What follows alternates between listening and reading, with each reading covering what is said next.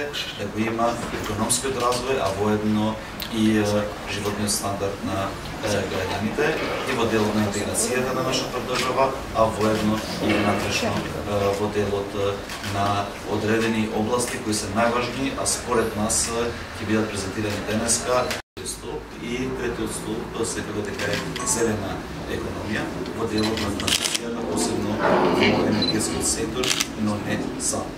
Имајќи го предвид дека сме членка на НАТО и имаме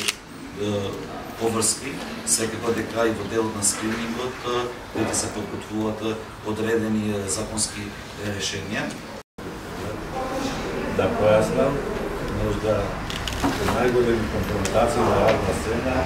ali те не оставили никаков трак и организирани односи, што за мене е голема новина во македонската члановска сцена, па и политичка и треба да се негови кои бранци.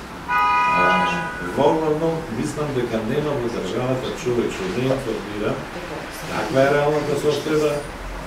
што треба да се направи за да излеземе напред